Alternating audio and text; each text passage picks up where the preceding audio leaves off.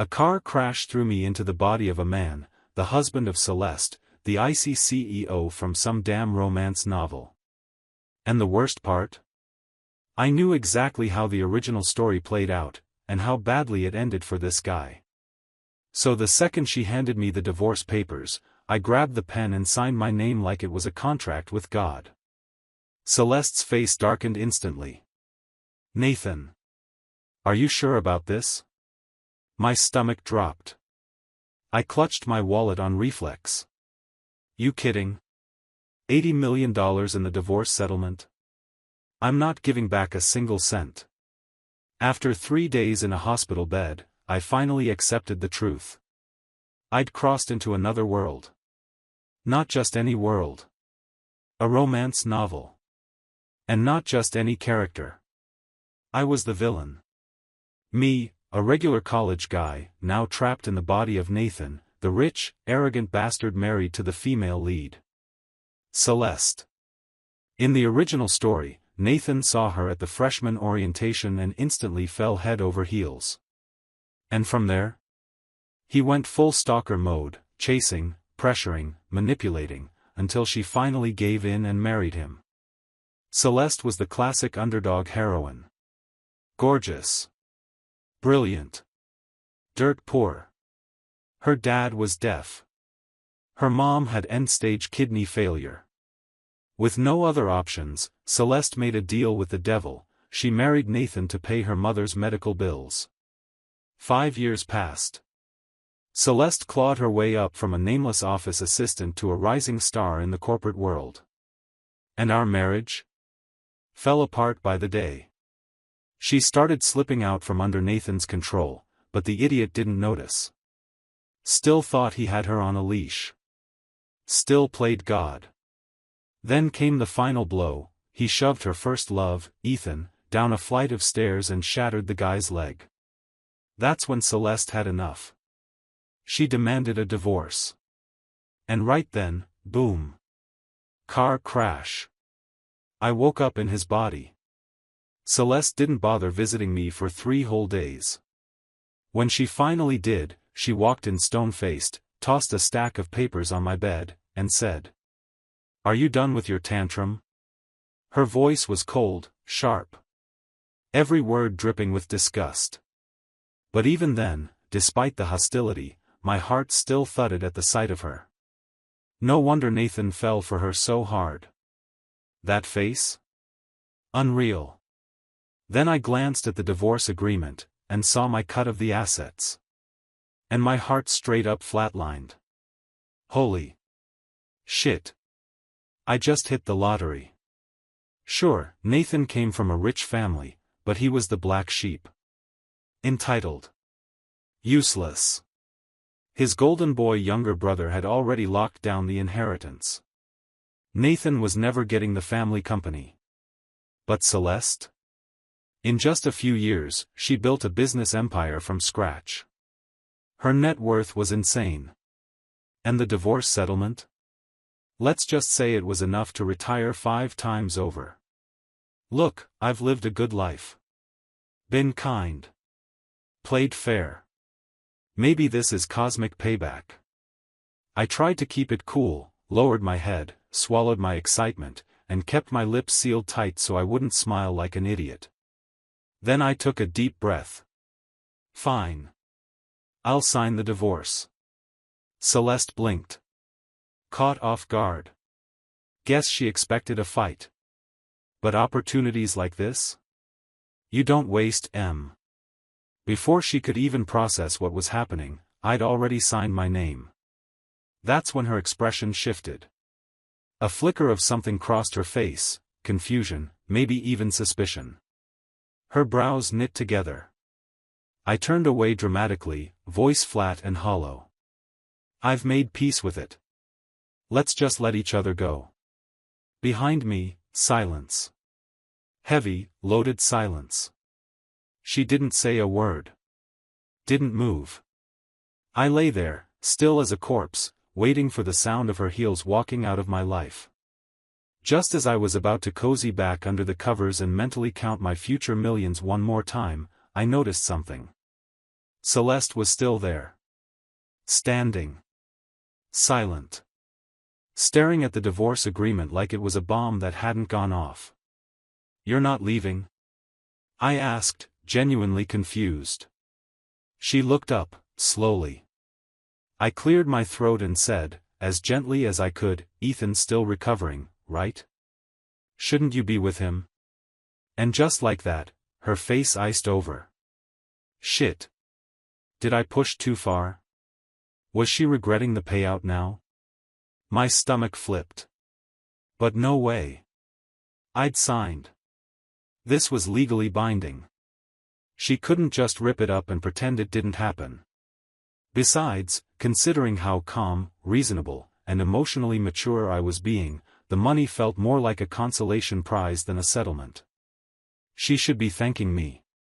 Still, that look on her face made me nervous. Let me backtrack for a second. Back in college, Celeste had a first love, Ethan. The polar opposite of Nathan. Where Nathan was entitled, loud, and toxic, Ethan was kind. Steady. Thoughtful. The kind of guy who carried groceries for his neighbors and volunteered at animal shelters. He came from a single-parent home, broke as hell, but never complained. Worked hard. Excelled in everything. The guy was a walking Hallmark movie. And Celeste? She wasn't just in love with him. They fit. Same world. Same struggles. Same drive. Ethan understood her in ways Nathan never could. They were soulmates, real ones. If I hadn't barged into the story, those two would have made it. No drama. No detours. Just two broke college kids grinding it out after graduation, building a life from the ground up. Together. But then came me. Nathan, the wrecking ball. He couldn't stand Ethan. Was obsessed with Celeste and hated that she had someone before him. So he tormented Ethan at every turn. Petty sabotage. Constant fights. And in the end, when jealousy finally fried his brain, he snapped. He pushed Ethan down the stairs. Broke his leg. Broke Celeste's heart. After that, she never looked at Nathan the same way again. She was done. For good. And me? I may be wearing his face, but I know exactly what role I play here. The villain. The cautionary tale. The dead man walking. You don't piss off the male lead and the female lead and live to tell the tale. That's villain 101. Which is why I'm getting the hell out while I still can. Take the settlement. Take the chance. Disappear. Celeste didn't say another word. She just turned on her heel and slammed the door behind her. Good. The show's over. Now let the exit plan begin. I patted my chest and muttered under my breath, "Damn. Someone's got a temper." But the second I thought about the money again, the grin came right back. Seriously, how many people get this kind of cosmic payout dropped in their lap? I was still riding the high when my phone buzzed. A message popped up from Jasmine. Heard Celeste finally came to see you today. Classic Jasmine, dripping with sarcasm. She was my childhood friend. Spoiled, dramatic, queen of brunch and bad decisions. If there was a VIP list for chaos, she was on it. The two of them were basically born to hate each other. Jasmine used to call me an idiot for falling for Celeste. And now? No doubt she was here for the comedy show. Did I care? Please. I was too busy counting commas in my future bank account to wallow in regret. Yeah, I texted back. Then, without hesitation, I snapped a photo of the divorce agreement and sent it. I'm officially divorced. Buy me dinner. A second later, she called me. Are you insane? She barked the moment I picked up. Charming as always. Relax. I'm celebrating once I'm out of here, I said. The crash wasn't too bad, just a bump on the head and a mild concussion. You're not even gonna offer to treat me? There was a pause. Then Jasmine laughed, low and amused. Fine. What kind of celebration are we talking? I smirked. Didn't you just open a new bar? 1 week later, I walked out of the hospital dressed to kill in a tailored suit that probably cost more than a nurse's monthly salary. Jasmine folded her arms, unimpressed. You're leaving the hospital, not walking a damn red carpet. Who are you trying to impress? I clicked my tongue. You wouldn't get it. Today's a big day. She rolled her eyes and turned to leave, only to come face to face with Celeste. For a split second, Celeste's eyes flicked over Jasmine. Cold. Unfriendly. I stepped in quickly, flashing Celeste a disarming smile. There you are. Where's the car? Her expression eased just a little. Parking lot. Let's go. That didn't sit well with Jasmine. She tilted her head, eyes narrowing as she looked at me. You're not riding with me? I waved it off. Gotta head to the lawyer's office with Celeste, easier to go together. Jasmine let out a laugh. Right. Wouldn't want to delay the big asset split. Priorities. Celeste gave a dry, bitter smirk. You're really in a rush to cut ties, huh? Wasn't this divorce your idea? I kept it civil. Honestly?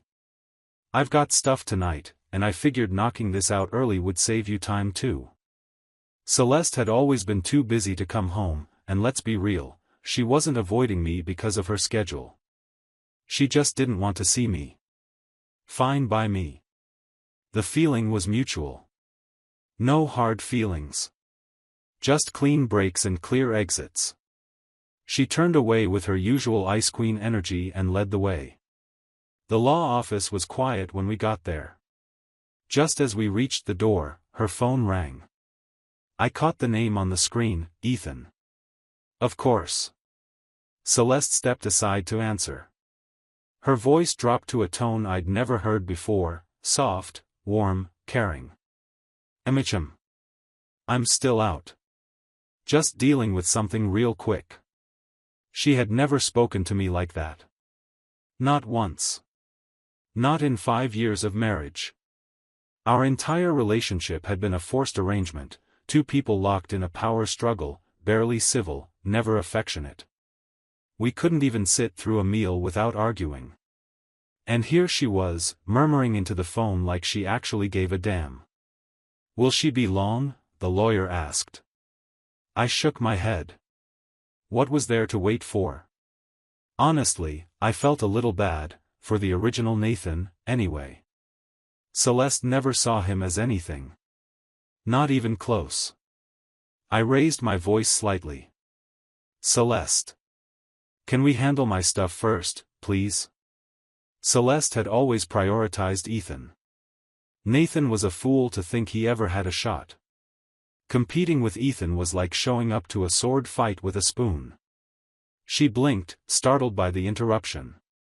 Then said into the phone, ask the doctor to check on you first, I'll be there soon. 20 minutes later, I walked out of the office $80 million richer. $80 million. From this day on. Travel. Whiskey. No alarm clocks. Just vibes. I turned to Celeste, looked her straight in the eye, and said sincerely. Thanks. Goodbye. As I stepped outside, I spotted Jasmine instantly. Hard not to, she was leaning against the hood of a fire-engine red Ferrari so obnoxiously flashy, it practically screamed, look at me, from a mile away. I strolled over, practically skipping. I was rich. I was free. I was ready to spend like a man with no financial common sense. Then behind me, I heard it, Celeste's voice, soft and a little hesitant. Nathan. I turned halfway, glancing back. Something else? Her lips were pressed tight, unreadable. If I were the original Nathan, I'd probably be scrambling to figure out what that look meant, asking questions, clinging to hope. But me? I was done pretending. Nope. Cool. See ya. I picked up my pace. Come on, I was a side character in their drama. The best thing I could do was get the hell out of the plot and live my life. As we pulled away in Jasmine's ridiculously loud Ferrari, I glanced in the rearview mirror. Celeste stood alone in the crowd, people weaving past her like she didn't even exist. Strange. She looked lonely. But hey, without me dragging her down anymore, maybe she could finally breathe.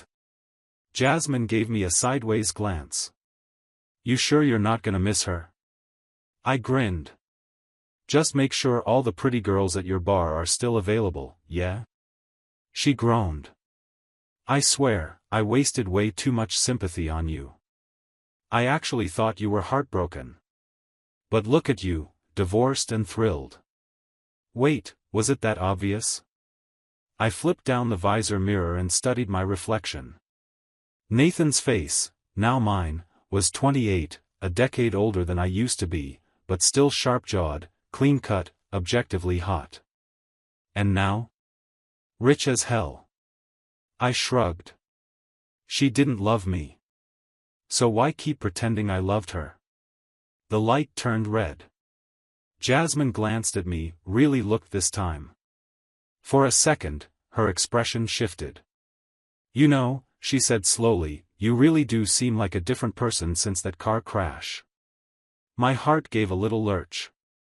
I stayed quiet for a beat, then shrugged again. Near-death experiences. Perspective and all that.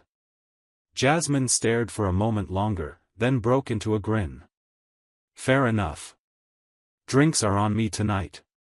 2 hours later, she regretted every word. She glared at me over the rim of her glass. You done ordering? She wasn't talking about drinks. She was talking about women. I raised my glass in her direction. Come on. Join me for one. Then I clapped her on the shoulder and gestured at the circle of gorgeous women now gathered around. Look at them, beautiful, charming, and way more fun than Celeste. What more could a man ask for? Seriously, what was Nathan even thinking? Rich, handsome, surrounded by options, and he decided to throw his life away over one woman? Tunnel vision kills, man. Jasmine snorted.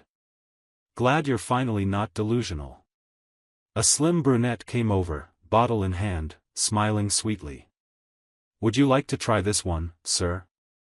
Yes, ma'am, I said, reaching for the glass, only for Jasmine to snatch it out of my hand. Nope. You just got out of the hospital.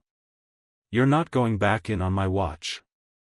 Then she turned to the woman and gave her a look that could freeze lava. The girl's face went pale. She bowed slightly and backed off. I'm sorry. I waved it off, grinning. No worries. I'm just in a good mood tonight. Then I turned to Jasmine and gave her a playful look. Come on. You let your boyfriends pour you drinks all the time. Why's it different when it's me? Jasmine let out a short, incredulous laugh. Are you seriously comparing you to them? Then her expression shifted again. Oh, by the way. Your family know about this yet? My smile froze. Crap. I forgot. Before I could come up with something, Jasmine smirked. Thought so. Knew you didn't have the guts. To be fair, Nathan never had the best relationship with his parents. They were old school, controlling, and way too obvious about favoring his younger brother. Nathan had always been the rebel. Marrying Celeste in the first place was one big middle finger to his family. They'd fought about it for months. Then Celeste's company took off, and suddenly the parents switched sides, like goldfish chasing a shinier flake. But any time Nathan and Celeste had problems, guess who they blamed? Yeah. Him. But now? I pulled out the divorce certificate from my jacket pocket and tapped it with a grin. Doesn't matter. I've got the papers. What are they gonna do, undivorce me? Turns out, post-divorce life was even better than I imagined. First thing I did? Hired the housekeeper to pack up all of Celeste's things and ship them out. Technically, this mansion had been a wedding gift from Nathan's parents, but Celeste never liked living here. Probably because every wall, every floor tile, reminded her of just how humiliating her marriage to Nathan had been. At first, she practically lived at the office. And once her career took off, she bought a sleek condo closer to downtown. Nathan only went there once, and of course, he ran straight into Ethan. Ethan claimed it was raining and he was just there for shelter. But with Nathan's temper? No chance he took that well. They fought. Loudly. Then came a month-long Cold War. And in the end, Nathan caved, because Celeste was the only thing he ever cared about. But now? This entire luxury, 3-story mansion? All mine. Celeste didn't leave much behind, but once it was all gone, the place felt empty. Not sad empty, just echoey. So I grabbed my keys and went shopping. Retail therapy, baby. This, and this, actually, skip those 3. I'll take everything else. Yes, Mr. Cole. The store manager practically beamed. She was thrilled. I was thrilled. Everyone wins. Except fate had other plans, because the second I stepped out of the store, I ran straight into Celeste. She froze for a second when she saw me. And I? My eyes were already on the man trailing behind her. Ethan. Guess his leg was feeling better. Good enough to go shopping, at least. Celeste hesitated, then opened her mouth. Ethan's mother's birthday is coming up. I'm helping him pick out a gift. Okay, and I care because... Still, I nodded politely. But before I could excuse myself, Ethan chimed in, wearing that apologetic, humble guy face he did so well. Mr. Cole, sorry about this. My leg's still a bit shaky, so Celeste kindly offered to bring me. Looks like you've been shopping too, need help carrying your bags? Maybe Celeste could drop you off. You hear that? That's top-tier passive aggression. Sweet, selfless, and totally engineered to say, I'm the better man, and I'm not threatened. I smiled right back. No need. My car's just downstairs. And really, I wouldn't want to trouble Miss Lynn with anything personal. Ethan blinked. Miss Lynn? I turned to Celeste. You haven't told Mr. Lee we're divorced. Ethan looked at her, stunned. Celeste's face tightened, color draining slightly. I don't like broadcasting private matters. Oof. So that was a jab at me, huh? Just because I threw a few low-key divorce parties? Come on. Don't be petty. Ethan looked completely blindsided. You and Mr. Cole are divorced? Why didn't you tell me? Celeste paused like she'd just remembered he was there. Her lips moved, tone subdued. I've been busy. That excuse again. She used to give Nathan that same line every time she wanted to dodge a conversation. And yet, somehow it still worked, because Ethan's face lit up like he'd just won the lottery. He glanced between the two of us, then offered a sheepish smile. Sorry. I didn't mean to bring it up. I hope you're not upset. Why would I be? Celeste and I had nothing to do with each other anymore. Nah. No worries. You two go ahead, I've got heavy bags to carry. I turned to leave when Celeste suddenly called out, wait. I looked back. What now? She hesitated. Clearly still getting used to the new, unbothered me. My mom said she hasn't seen you in a while. Her voice dropped, unsure. If you have time, maybe you could stop by? She meant Mrs. Lynn. Celeste's mom. Unlike her daughter, Mrs. Lynn had always liked Nathan. Because Celeste never told her the truth, that she'd been forced into the marriage. In the old woman's eyes, Nathan was the rich, loyal son-in-law who never looked down on their situation and treated her daughter with affection. Nathan used to spend a lot of time caring for her, because he knew that Celeste's loyalty to her mom was his last bargaining chip. Even after everything, as long as he kept her mom on his side, he had a chance. But once he laid hands on Ethan, that final card burned. I thought about it for a second. Then nodded. All right. Tomorrow. Celeste's shoulders relaxed ever so slightly. I'll pick you up in the morning, then. I smiled and dangled my car keys. No need. I've got legs. I'll drive myself. Don't want to inconvenience you. Both Celeste and Ethan froze. Like I'd just slapped them in sync. Guess they still weren't used to this version of me, the one who stopped chasing, stopped caring, and finally knew when to walk away. The next morning, I headed out early to Hillside Care Center.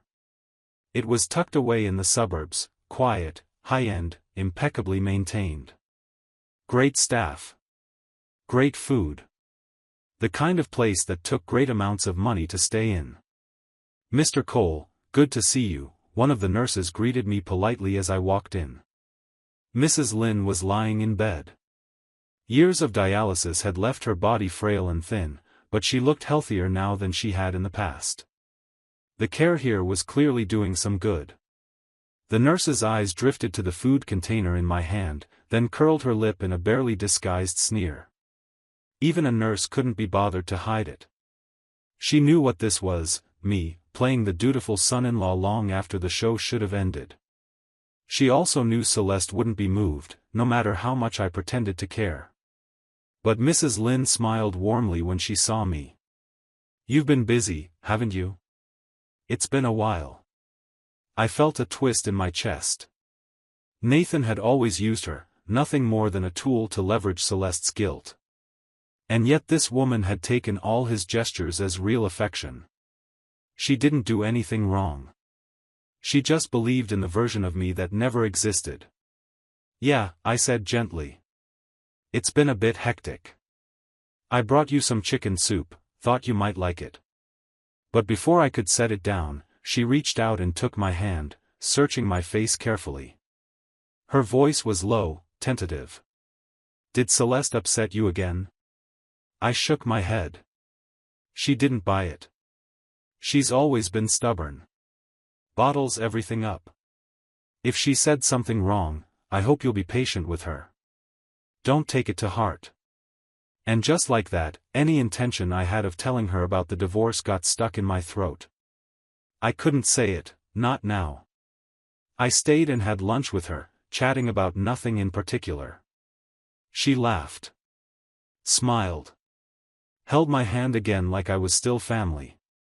Right before I left, I hesitated, then forced the words out. I'm going to be tied up with work for a while. I may not be able to visit very often. Maybe I'd find a better moment to break the news. I couldn't keep it from her forever, and knowing Celeste, she wouldn't play along for long. Mrs. Lynn patted my hand softly, letting out a long sigh. That thing that happened. Celeste shouldn't have handled it the way she did. She never talked about it to me, but I know she regrets it deeply. Then she looked me straight in the eye. She loved you so much. After the miscarriage, how could she not be heartbroken? I froze. There it was, the moment everything changed between Nathan and Celeste. Yes, they'd once had a child. Conceived after Nathan manipulated her one night, when she'd come home drunk from a business dinner. He saw the pregnancy as leverage, a chain to tie her to him forever. When she found out, she was torn.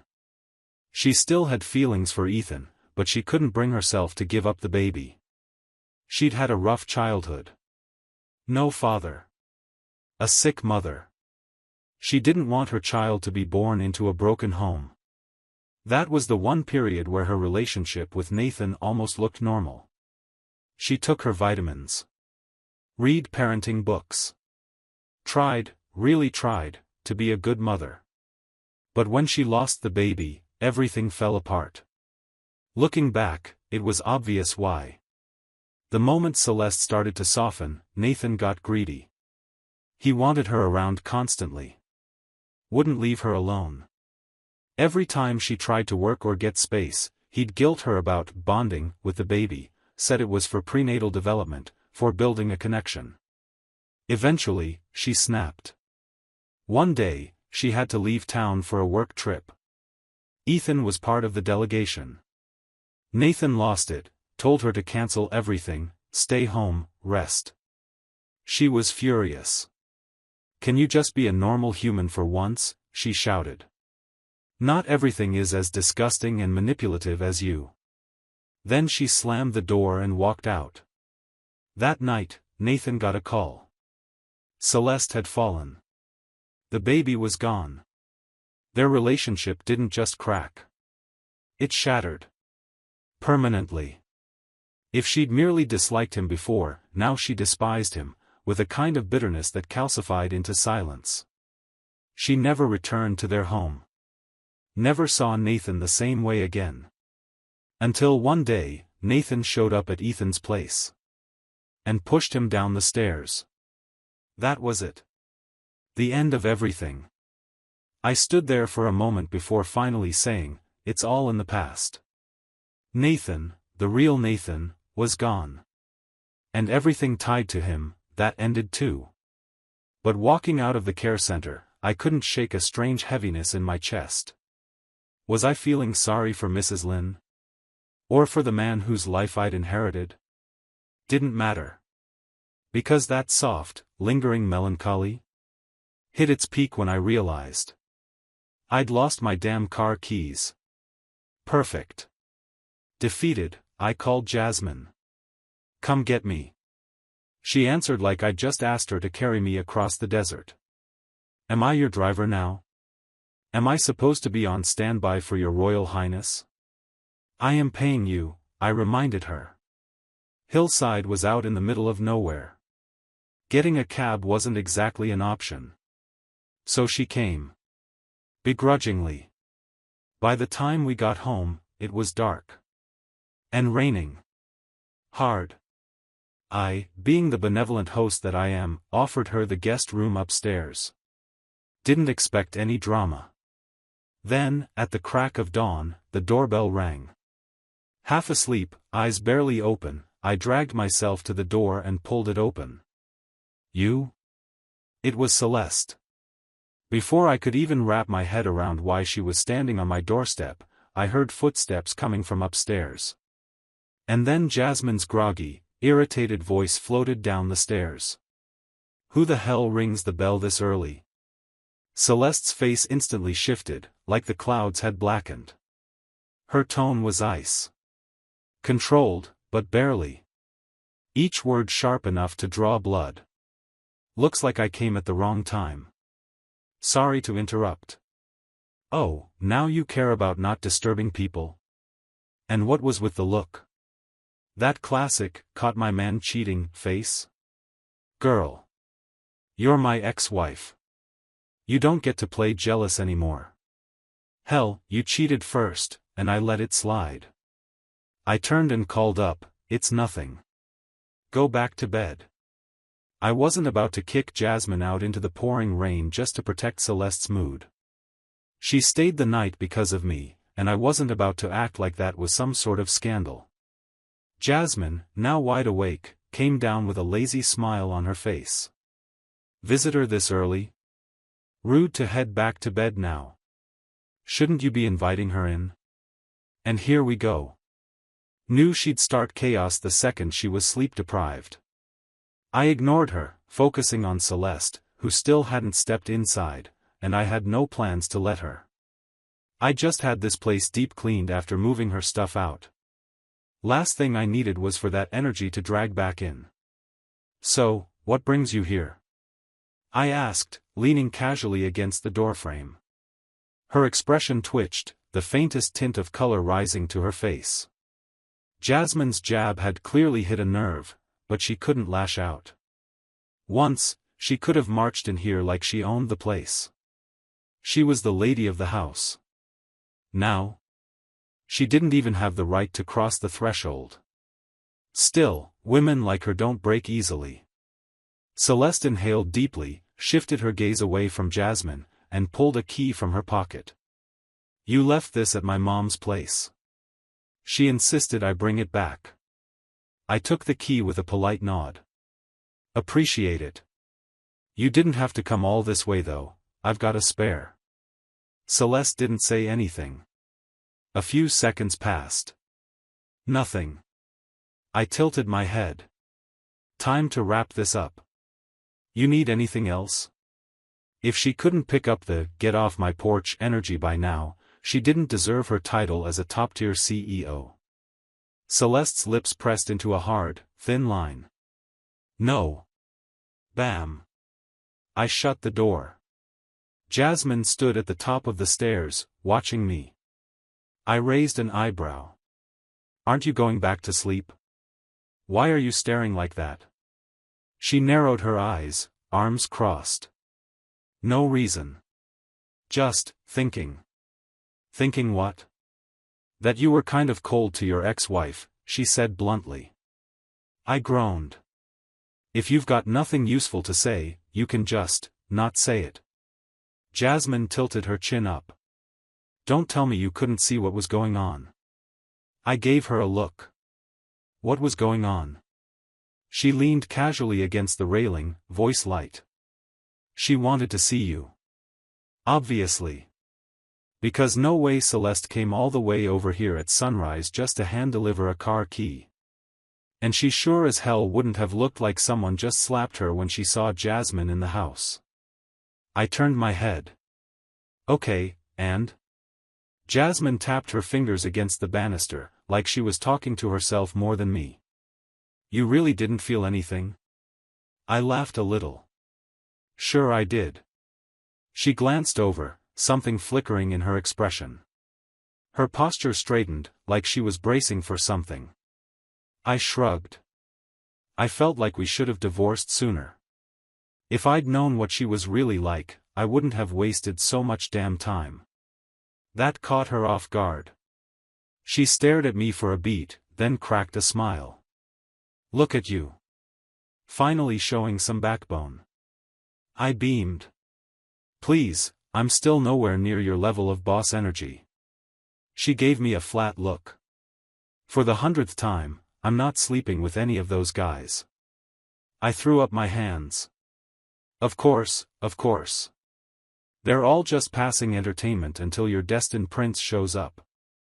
Jasmine gave me one of her signature long stares, then sighed and mumbled, talking to you is a waste of breath, before turning around and disappearing back upstairs.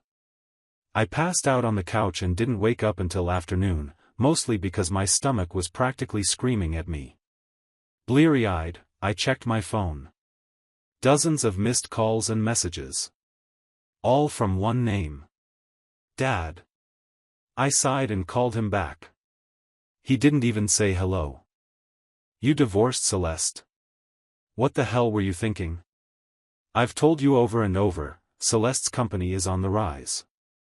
We're in the middle of a partnership negotiation with her team. How do you expect us to keep face now?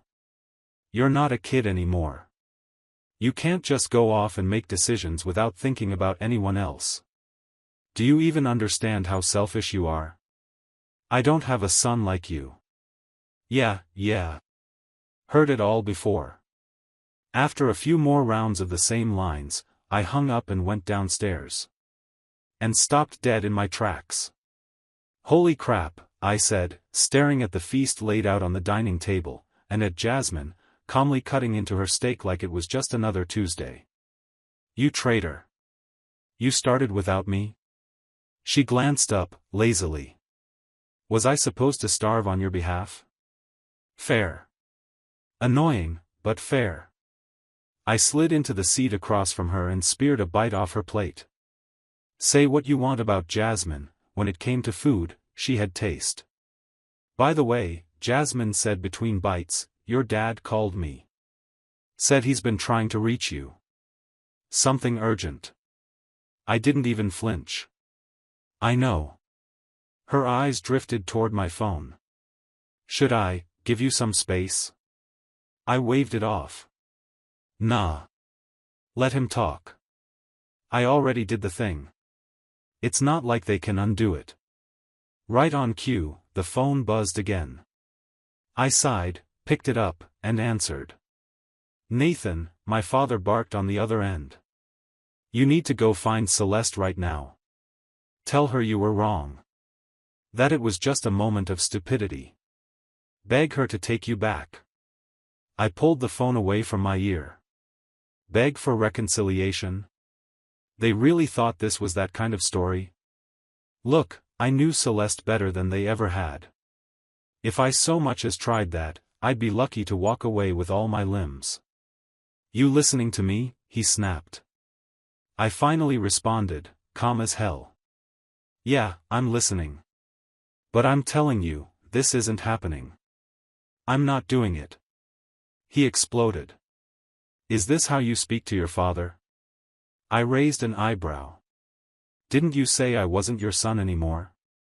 Kinda sounds like you forgot. Dead silence on the other end. He tried to recover, probably gearing up for another rant, but I was done. Anyway, I've said what I needed to say. I'm busy. We'll talk some other time. Click. Then I blocked his number. Across the table, Jasmine stared at me, stunned. Fork halfway to her mouth. She slowly set it down, gave me a long, stunned once-over. Wow, she said. You got divorced and now you've grown the balls to stand up to your dad? Mouth full of steak, I muttered back, where there's oppression, there's resistance. Jasmine gave a short laugh and leaned forward, resting her chin on her hand, lips curling into a sly smile. So what, I'm next. I gave her a thumbs up. Love the self-awareness. Honestly, I wasn't even surprised by her reaction. She'd known the old Nathan since they were kids. She probably thought I'd lost my damn mind. And hey, maybe I had. But can you blame me? With all the crap that had been dumped on this guy's head, anyone would crack eventually. I need you to help me find a new place, I said suddenly. This one's fine and all, but it's way too easy for people to just show up. Kind of a buzzkill. After today, it was obvious. That bridge was torched. No more pretending. And if they got it in their heads to show up again? Yeah. I wasn't dealing with that. Jasmine nodded, immediately understanding. Say no more. I've got it covered. Jasmine might spend most of her time partying and living it up, but when it really counts? She's solid. By the next day, she called me. Found one. Owner's in a financial pinch, needs to offload fast. Place is freshly renovated, no one's lived in it yet. I was impressed. On it. We went to see it together. Gorgeous place. Quiet neighborhood. Close to nothing, which was exactly what I wanted. Signed the contract that same day. Jasmine handled the paperwork like a boss, and by evening, the place was legally mine. I called the moving company. Within the hour, a team of guys were hauling boxes up and down the stairs. I stood off to the side, watching them buzz around like ants. Damn, I thought, how did I even accumulate this much crap? Guess this called for some serious tip money. One of the workers came down from the third floor, hefting a sealed-up box. Sir, this one's pretty heavy. What's inside? The box was taped tight, no labels, no markings. From the outside, it was impossible to tell what it held. And yet, something about it gave me pause. Just as I was about to check out the heavy box, my phone rang. Hello, is this Mr. Cole? This is Riverside General Hospital. Your wife collapsed on the street and was brought in. Can you come quickly? I blinked, caught off guard. Celeste collapsed? Hospitalized? There's been a mistake, I said. I'm not her husband. There was a pause on the other end. But her phone still lists you as husband. Ah. Right. That was from back when Celeste was pregnant. Nathan had insisted she change his contact name to husband. She resisted for a while, but eventually gave in to avoid the argument. Guess she never changed it back. Even after the divorce. Is she okay? It seems to be a fainting spell, most likely caused by low blood sugar. She's stable for now, but overall she's not in great shape. It's best if someone close to her comes in. I sighed. Understood. But I'm a little tied up at the moment. Why don't you call her current boyfriend, Ethan? I'm sure his number's in her contacts. Just update him, and he can handle it from here. I hung up and looked around. More boxes. The movers were still at it. How long is this going to take? Just move everything in for now, I told them. I'll sort it all later. Thankfully, the new place was spacious enough. I had the housekeeper start organizing what she could while I did something far more important, booted up a game and played for an hour straight. Dinner was at a Japanese spot downtown. Food was solid, ambience even better. I took a few pics, some sushi, some decor, and, of course, a selfie. Posted it all on Instagram. Likes rolled in almost immediately. Even Jasmine, who usually couldn't care less, commented. Nice place. I replied. You've been here? She hit back instantly. I own it. Of course she did. But the real surprise came a few minutes later, when I saw a comment from Ethan. Nathan, even if you're divorced, Celeste is in the hospital right now. You can't even visit her once? That's pretty cold, don't you think? Oh. Passive-aggressive and condescending? Classic Ethan. He dropped that comment like he was delivering some noble judgment from Mount Morality. And just like that, the comments section exploded. Only a few people knew about the divorce. I hadn't even decided if I was going to go public yet. And here he was, airing it all out while pretending to be the bigger man. I replied. A good ex should act like he's dead, right? I'm just trying not to ruin your vibe. But hey, if you're cool with it, I'll swing by. I mean, it's the least I could do. What do you think? Boom. Fireworks. The comments lit up. Drama mode activated. Not long after, Ethan quietly deleted his comment. Oh no, buddy. You don't get to drop a moral nuke and then slink away like nothing happened. An hour later, I showed up at the hospital with a bag of fruit. Outside the room, I slowed down, voices were coming from inside. Ethan's voice, to be specific. Soft. Comforting. A little too polished. Don't be mad, okay? I know I messed up, but I was just worried about you. Celeste didn't respond. Ethan again, more defensive now. You collapsed. The hospital called him, and he didn't even bother to show up. What if something really happened to you? Finally, Celeste spoke, tired, flat. I'm just tired. I need some time alone. There was a pause. The scrape of a chair. Footsteps. Then, Ethan walked out of the room, and came face to face with me. The moment Ethan opened the door and saw me, he froze like he'd seen a ghost. Celeste noticed the silence and turned her head. Her face was pale, stripped of her usual steel and precision. No sharp eyes, no commanding CEO aura. Just a woman on a hospital bed, for in her arm, looking uncharacteristically fragile. The second she saw me, something shifted in her expression. Her dull eyes lit up for a flicker of a moment, nervous, maybe even unsure.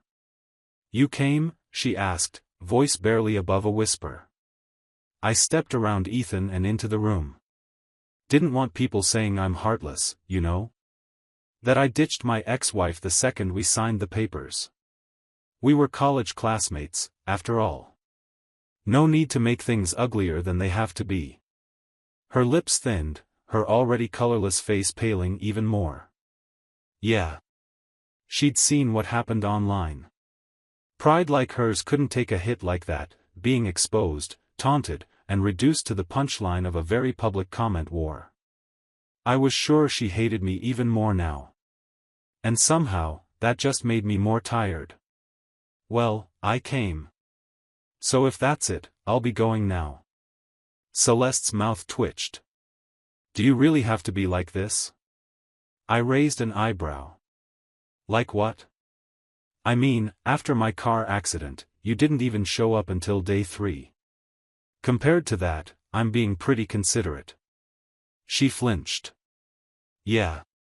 Who's the heartless one now? She opened her mouth, clearly searching for something to say. Then my phone rang. It was the housekeeper.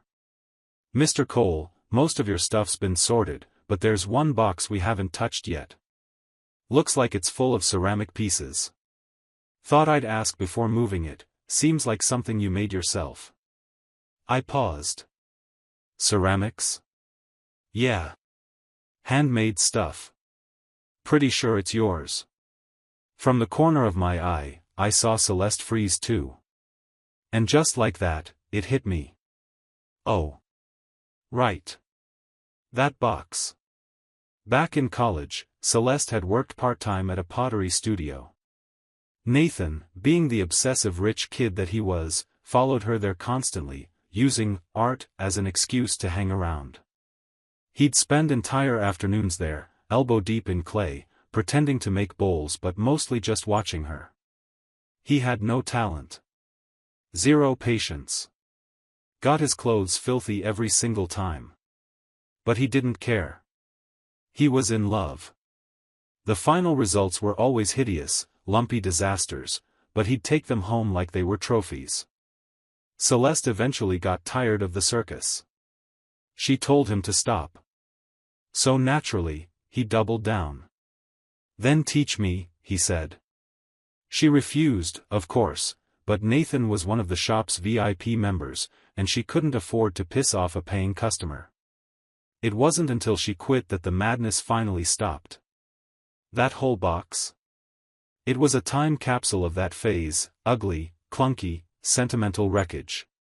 Nothing important, I said into the phone. Toss it. There was a beat of silence on the other end. And in the room, too. Celeste's face didn't move, but something in her eyes cracked. Not anger. Not hatred. Just a flicker of something else. Like something she hadn't expected to hurt, did. Wait. Celeste suddenly spoke. You moved? Gotta admit, sometimes her brain did still work. I nodded. Yeah. She frowned. Where? Why so suddenly? I couldn't help but laugh. Miss Lynn, I said slowly, how many times do I have to remind you, we're divorced? Where I go, what I do, where I live? None of it's your business anymore. Something in her froze. Like I'd just hit a nerve she didn't know she had. Her eyes turned glassy. Red started to rim her lashes, but she held it back, swallowing whatever it was she wanted to say. After a long pause, she said quietly, those ceramics, if you don't want them, I'll send someone to pick them up. I looked at her, genuinely confused. Those are mine. If I want to keep them, I will. If I want to throw them away, that's also my choice. I don't know why that hit her the way it did, but it did. Whatever light was left in her eyes flickered once, then went out. Like a candle smothered by wind. Ethan rushed to her side, worry etched all over his face. Are you okay? Celeste shifted away from his touch, turning her face slightly. Ethan froze, awkward and useless. But me? I wasn't interested in this drama anymore. I turned and headed for the door. I just stepped out when a doctor approached me. Sir, hi, she said, catching me mid-step. Are you here for a checkup? Feeling unwell? I blinked, unsure how to answer. Then I glanced at her name tag. OBGYN Department Chief. And just like that, a memory surged to the surface. There was only one reason Nathan would have crossed paths with someone from OBGYN. Celeste's pregnancy. Thanks, I said cautiously. No worries, I'm just here visiting someone. She smiled with relief. That's good. You and your wife are at the age where pregnancies require more care. But next time, no more abortions. It's not safe after this point. My mind went completely blank. What? Did she say, abortion? But Celeste miscarried. At least, that's what Nathan had always believed. Wait. That night, when he got to the hospital, Celeste was already out of surgery. Ethan was sitting beside her bed. She said she fell. They said it was an accident. Behind me, Ethan suddenly raised his voice. Hey, what are you doing? I turned, and what I saw froze me where I stood. Celeste had pulled the 4 from her arm. Blood beaded on her skin as she shoved Ethan aside and stormed toward us. She stepped between me and the doctor, face pale, jaw clenched, voice sharp as broken glass. This is between us. It has nothing to do with you. I felt cold. A different kind of cold. The kind that settles in your bones when the world tilts sideways. I turned to her slowly, barely recognizing the face I used to think was the most beautiful thing I'd ever seen. What does that mean? I asked. The doctor frowned, her voice cautious now. You didn't know? She looked between us, realization dawning. She said you both agreed to wait on having children, said you were focused on your careers. That it was a mutual decision. So she came in for an elective procedure. But you, her eyes locked on mine, you really had no idea? I don't remember how I got home. Everything after that conversation was a blur, one long, frozen reel of soundless noise. Because that one sentence shattered something in me. Celeste hadn't miscarried. She had chosen. And I had never been told. I sat in the study for a long time, eyes closed. In the book, it said Celeste lost the baby because Nathan picked a fight, because he was jealous, possessive, irrational. But now? Now I knew that wasn't the truth. And for some reason, that knowledge hurt. I couldn't explain it, but something inside me, some piece of this borrowed body or leftover soul, ached with a dull, sharp pressure. Like the pain wasn't just Nathan's anymore. Like it had become mine, too. I shook my head, trying to physically throw the feeling off. The study had just been cleaned by the housekeeper. I dug around in one of the old storage boxes, the one labeled with Nathan's college stuff, and finally, at the bottom, found it. A worn, thick scrapbook. If the miscarriage wasn't what the book claimed, what else might have been different? I opened to the first page. A college photo. The sunlight harsh.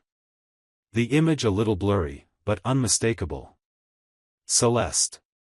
Slim, graceful, barely more than a girl. She looked like she belonged to a time before all this, before the coldness, the silence, the walls she built. Below the photo, in neat handwriting. First day of school. A girl fainted beside me from heatstroke. I carried her to the infirmary. She was light. Didn't expect to see her on stage tonight giving the freshman speech. Her name is Celeste. A hidden crush disguised as casual journaling. A not-so-subtle selfie angle just right to catch the girl he liked. So this was how it started. I almost laughed. Nathan, the obsessive, controlling man from the book, had fallen in love through something as simple and cliché as one moment of kindness. I touched my face. It was hard to reconcile the wide-eyed boy with the stormy, self-destructive man he became. The warmth in that smile didn't match the cold villain I was told about. I kept flipping. Every photo in the album, every single one, was of Celeste. Her taking notes in class. Her on the badminton court, hair flying as she served. Her sitting alone in the cafeteria, eating the cheapest meal on the menu. Her focused expression as she worked in that little pottery studio. And next to the pictures, little fragments of thought. Her courses are boring. I don't understand a thing, but I sit in anyway. How is she good at school and sports? Unfair. She always eats alone. And always the cheapest thing on the menu. Does she ever get full? She seems busy all the time. Doesn't even have time to say hi. This wasn't a scrapbook. It was a quiet confession. A record of unspoken feelings. Nathan hadn't just chased her. He'd loved her, from the sidelines, from a distance, long before she even noticed he existed. I turned another page. She probably likes someone else. Not me. What do I do with that? Maybe I should give up. Graduation's tomorrow. Maybe I'll tell her. Say goodbye properly. Then. She walked out halfway through the graduation photo. I followed her. Found out her mom's condition got worse. Treatment's expensive. What will she do? The page where the graduation photo should have been was blank. Nathan had missed it. Because Celeste had. My fingers trembled slightly as I held the page open. I didn't know why it felt so heavy. But somehow, this little book, a scrapbook no one had seen in years, was weighing on me like a stone.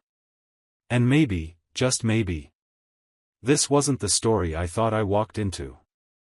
It felt like if I kept turning pages, something uncontrollable might happen.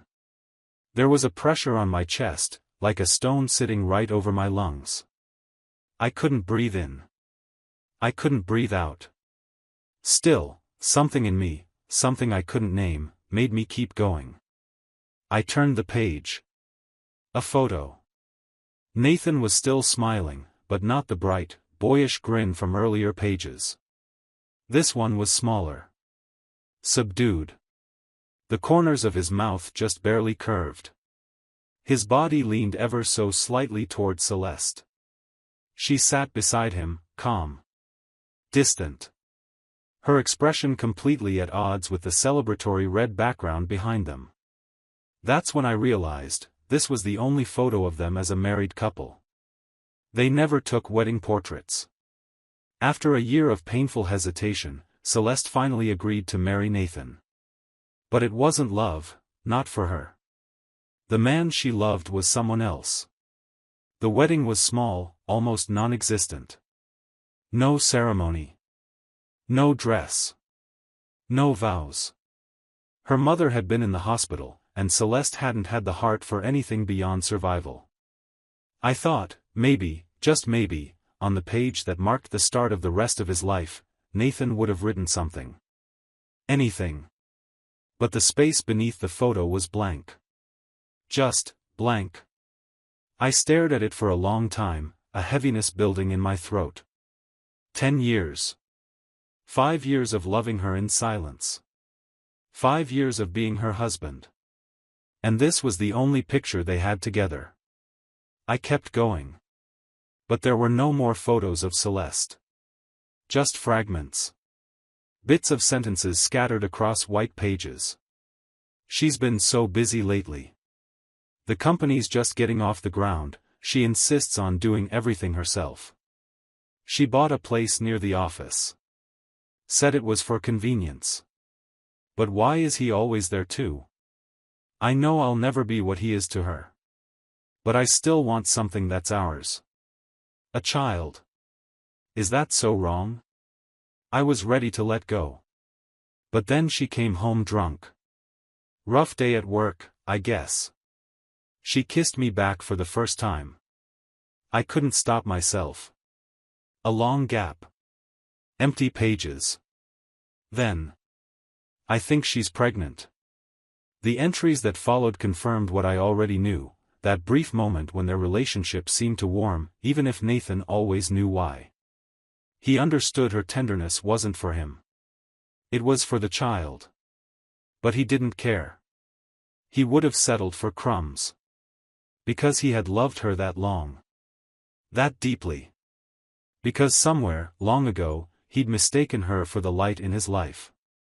He kept chasing warmth that was never his to take, kept trying to turn someone else's heartbeat into home.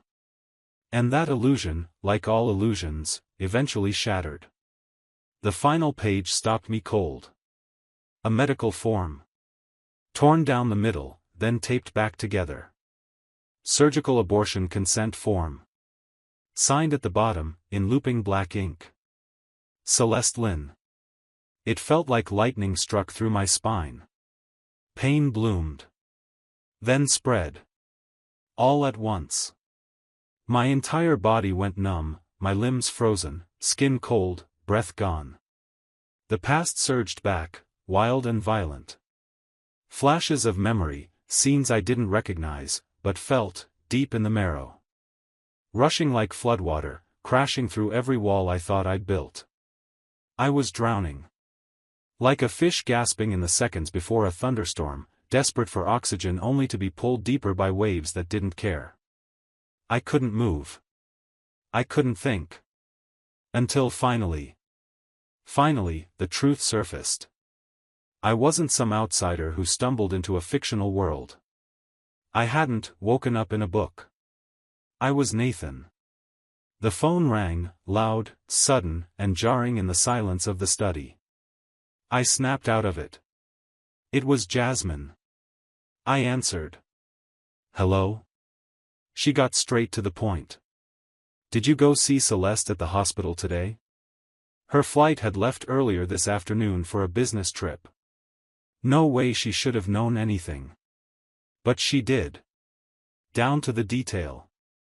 I did, I said plainly. How'd you find out? There was a short pause. She called me, Jasmine said. Asked a few things. About you. I see. I didn't ask anything more.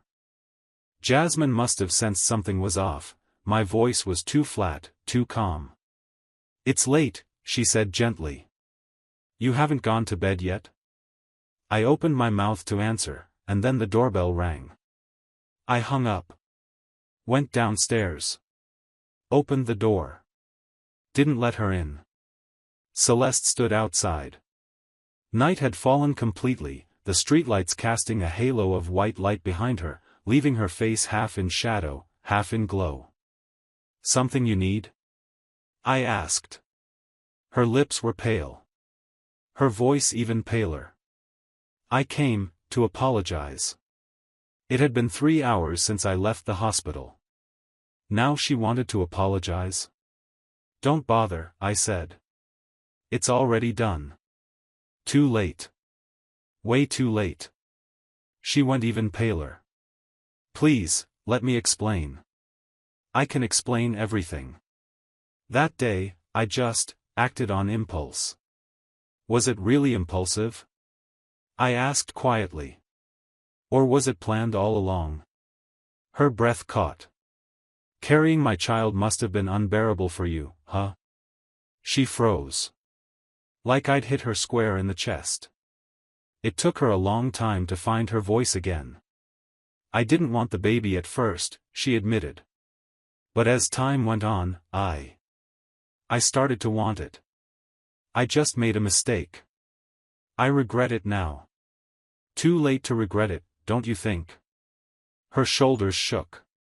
She couldn't say anything. I gave her a small, bitter smile. You let me believe you lost the baby because of me. That I was the one who hurt you. And when I blamed myself, when I finally let go of my anger and gave you your freedom, that was convenient, wasn't it? Celeste's eyes widened. That was it, wasn't it? Deep down, she thought I was the kind of man who would only stay if he could control her, who'd need a child to hold her in place. Now that the baby was gone, she thought I'd vanished too. She opened her mouth, struggling with the words. But then, Why did you attack Ethan that day? I looked at her. This woman I had loved for 10 whole years. And even now, in this moment, her first instinct was still to defend someone else. I laughed. No reason, I said. Didn't like his face. That was enough. But hey, the kid's gone, and we're divorced. You can go live happily ever after with him now. Shouldn't that make you happy? No, she cried out suddenly, like something inside her finally snapped. She stepped forward and grabbed my wrist. I don't love him. I don't. Please don't talk to me like that, I furrowed my brow, about to shake her off. When a voice behind us cut in with a quiet, amused edge. Well. Looks like I picked the wrong moment. Celeste froze instantly. I turned. And there she was. Jasmine. Back early. Unexpected. Leaning in the doorway with a calm, unreadable smile, like she'd been standing there for a while. Like she'd seen everything. Jasmine tucked a loose strand of hair behind her ear, eyes cool and sharp. Didn't I tell you? You were the one who wanted the divorce. So stop crawling back to him. Celeste bit her lip, glaring at her with thinly veiled hostility. And who are you to interfere in our business? This is between me and Nathan. Jasmine raised an eyebrow and strutted forward on her heels, stopping right beside me. She looped her arm through mine. My heart skipped. She turned and smiled, sweet, flirtatious, but unmistakably pointed. What, feeling nostalgic now? Hoping to get him back? I blinked, a little thrown off. That's not happening. What are you doing back, though? Thought you were out of town. She tilted her chin up. Came back early. Didn't feel like leaving you to deal with this mess.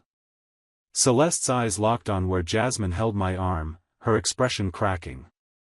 She was on the verge of tears. Don't act like you're some savior, she snapped. You think I don't know what you're after? Don't pretend to be noble. Jasmine chuckled, her tone almost too casual. She turned, eyes bright and dangerous.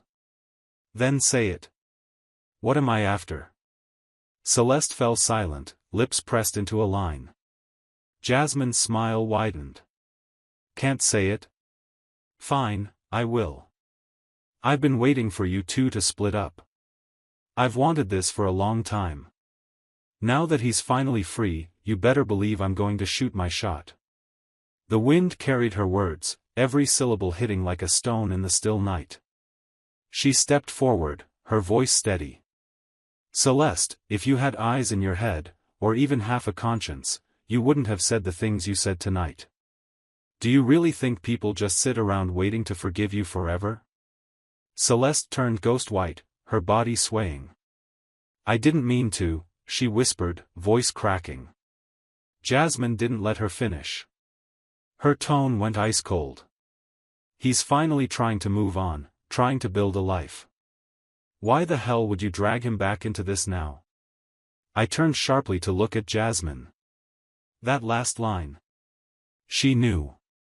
Or at least, she suspected. But Jasmine didn't notice my reaction. She kept her eyes on Celeste. Go home. Don't come back. Celeste stumbled. Her eyes were vacant, like the lights had gone out behind them. I didn't want to look anymore. You had questions. I answered them. That's all there is, I said.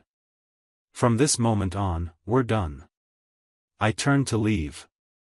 And heard a dull thud behind me. Celeste had dropped to her knees. Her voice trembled. It was my fault. I know it was. Please, give me one more chance. Let's start over. Please. I felt Jasmine's gaze before I looked.